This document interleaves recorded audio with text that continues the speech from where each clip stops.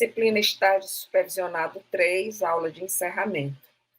Estamos hoje encerrando, com muita satisfação, a disciplina de Estágio Supervisionado 3, assim como estamos encerrando o conjunto de 3 disciplinas de estágio supervisionado, que são disciplinas obrigatórias para os cursos de formação de professores, em especial a licenciatura em Química. No estágio supervisionado 1, nós estivemos juntos e atuamos em escolas de ensino fundamental de 5º ao 9º ano. No estágio supervisionado 2, nós atuamos em escolas de ensino médio e na disciplina de estágio supervisionado 3, nós atuamos em escola de educação profissional e tecnológica. Quais são os tópicos desta aula? Estágio supervisionado 3, na educação profissional e tecnológica, EPT, a pedagogia histórico-crítica, planejamento e avaliação do ensino de química na EPT, experimentos em ensino de química e a escrita científica na área de química. Nesta aula de encerramento, nós só vamos retomar alguns conteúdos que nós trabalhamos durante as disciplinas. Alguns conteúdos ministrados pela professora Ellen, que sou eu, e outros ministrados pelo professor Luiz. Estágio supervisionado 3 na educação profissional e tecnológica. Nós atuamos na educação profissional e tecnológica, no estágio 3, e nós vimos os princípios e fundamentos da EPT. E um dos principais princípios, bases e fundamentos da EPT é a formação omnilateral integral. Aí teve um erro de português, depois do M de omni não tem esse I. Então, uma das principais bases da EPT é justamente a formação integral do indivíduo. Nós vimos também que outros princípios e fundamentos caros e importantes da EPT é a formação politécnica, o trabalho como princípio educativo, a pesquisa como princípio pedagógico, a problematização apareceu como uma metodologia importante para a EPT, não só para a EPT, mas para outros níveis de ensino. Então, nós vimos que para atuar na escola, nas salas de aula de educação profissional e tecnológica, nós tínhamos que ter esse cuidado, né, com essa formação omnilateral e integral, porque nós estávamos trabalhando com alunos que, além de encerrar, em alguns casos, o ensino médio, ou está fazendo concomitantemente ou subsequente o ensino médio, eles estavam sendo preparados para uma profissão. Então, a formação omnilateral ela é muito importante na EPT, é um dos princípios basilares da EPT. Vimos também a preocupação com a formação política, e isso independe da educação profissional e tecnológica. A formação política é uma formação que nós devemos estar respeitando e buscando em todos os níveis e modalidades de ensino, porque nós somos sujeitos políticos, né? Os nossos alunos são sujeitos políticos que fazem história, são sujeitos históricos, então precisam perceber o mundo de forma crítica e com discernimento. Vimos também a formação tecnológica e científica, que é importante na EPT, formar técnicos, mas também pessoas que compreendam o que é a tecnologia, para que serve a tecnologia a serviço das pessoas, do mundo. Vimos também a questão da formação cultural, que é primordial para a educação profissional e tecnológica. Vimos também a formação para o mundo do trabalho, não só a formação para o mercado de trabalho. Temos que formar trabalhadores que compreendam todo o processo produtivo e se integrem a esse processo produtivo de forma crítica, buscando melhorias para a sua classe, para a sua vida, né? Então, são sujeitos que compreendem o processo produtivo e a importância do trabalho no processo produtivo. E vimos também a importância da formação ética e estética. Então, esses são princípios e fundamentos caros à EPT, principalmente, como eu disse ainda há pouco, a formação unilateral, o trabalho como princípio educativo, a pesquisa como princípio pedagógico, a formação politécnica, a escola unitária e, assim, outras bases e fundamentos.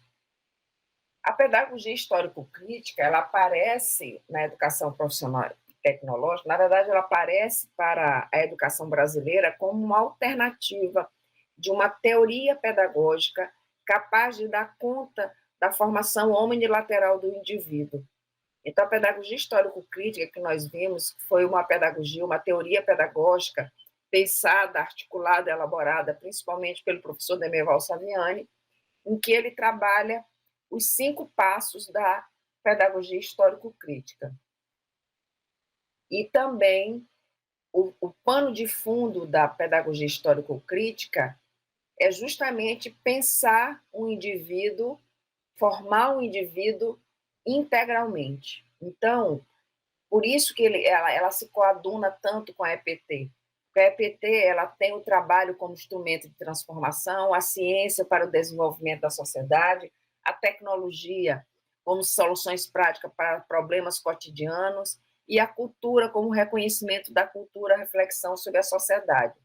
Então, a pedagogia histórico-crítica ela tem essas características que fazem dela uma teoria pedagógica apropriada para a educação profissional e tecnológica, principalmente. Então, ela parte dos 5 passos, né, que é a prática social. Depois, nós vimos que vem a problematização, a instrumentalização, a catarse e a prática social. Então, esses 5 passos aqui colocados são passos importantes para pensar uma metodologia, uma teoria pedagógica para a educação profissional e tecnológica, e assim também para os outros níveis e modalidades.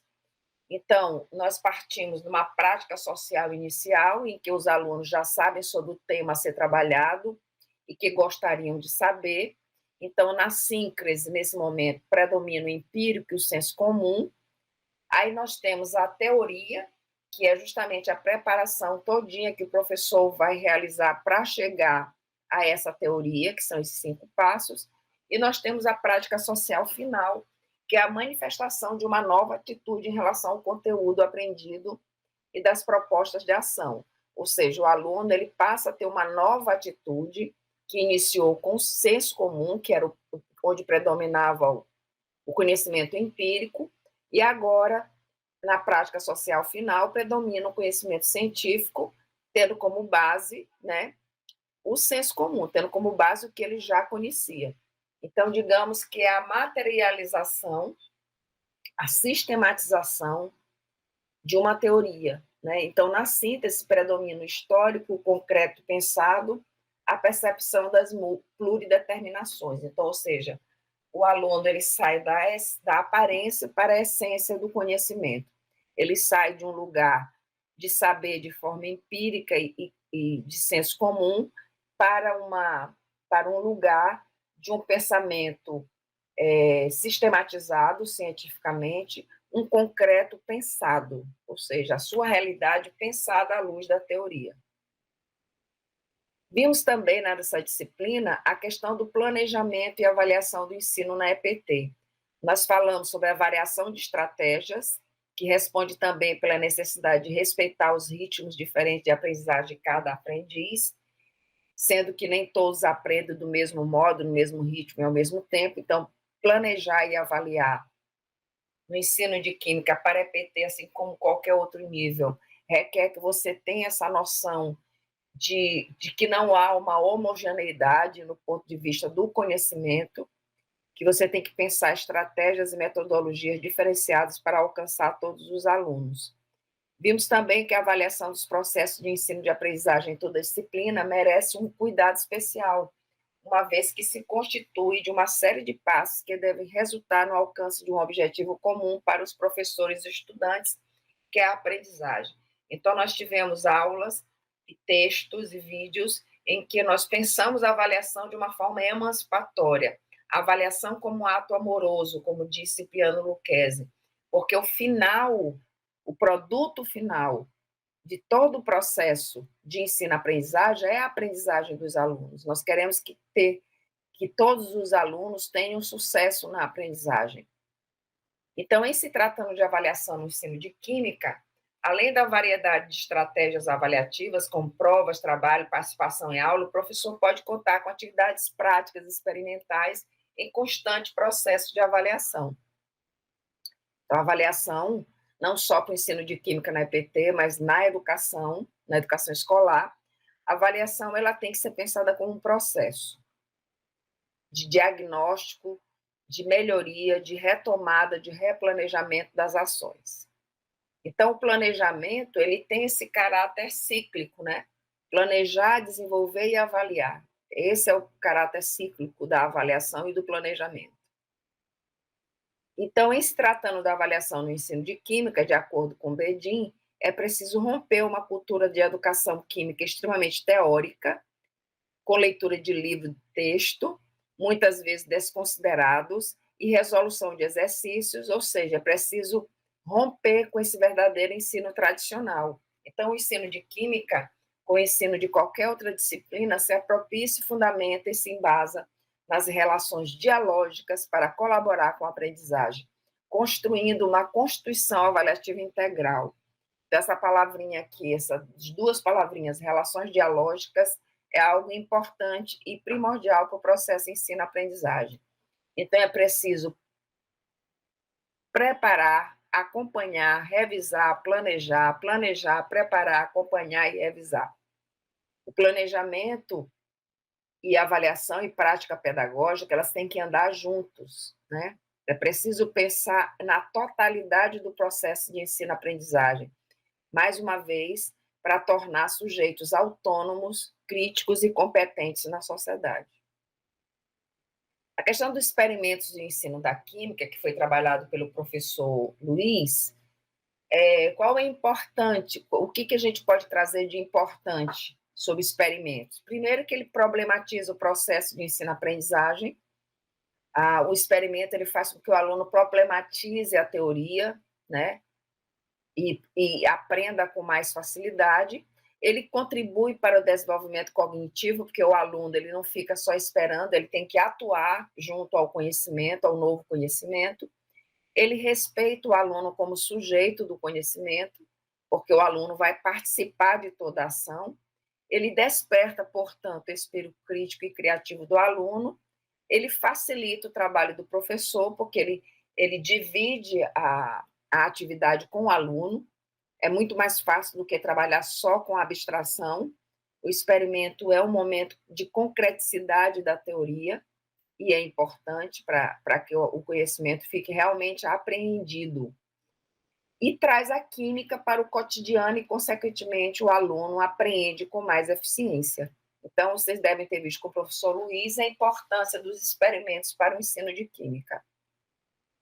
Com relação à escrita científica na área da química, que vocês também tiveram acesso com o professor Luiz, ele trabalhou o relatório de estágio como exemplo de escrita científica, mas como nós falamos lá na aula de abertura, a ideia é trabalhar com vocês nessa unidade, foi trabalhar nessa unidade, a importância da escrita científica. O que é uma escrita científica, visto que vocês estão em fase de elaboração do TCC de vocês. Então, o professor trouxe alguns pontos importantes e eu vou reforçar alguns aqui. A escrita científica se caracteriza a partir de sua própria finalidade, que é comunicar de maneira os resultados de uma pesquisa científica. No caso de vocês, o relatório de estágio é o fim de um momento, né, de uma atividade de 6 meses, e que vocês têm que trazer um relatório. No caso do TCC, vai ser a pesquisa que vocês vão realizar para a finalização do curso. E ela se caracteriza por isso, ela tem uma finalidade, e por isso ela tem uma forma diferente de acontecer, porque ela requer rigor metodológico e argumentos baseados na ciência. Aí você vai encontrar as normas da ABNT, as regras de português, que mais se adequam ao trabalho, a uma escrita científica. O rigor metodológico quer dizer o método científico que você vai adotar nessa escrita científica. Essa escrita ela tem que ser clara, objetiva, assertiva, analítica, com tempos verbais e verbo a ser estruturados sistematicamente, como eu já falei há pouco. Existe uma convenção na academia de quais os tempos verbais mais apropriados para uma escrita científica, apesar de que isso já tem sido rompido por algumas áreas, mas é bom que você tenha um certo rigor nessa escrita, né?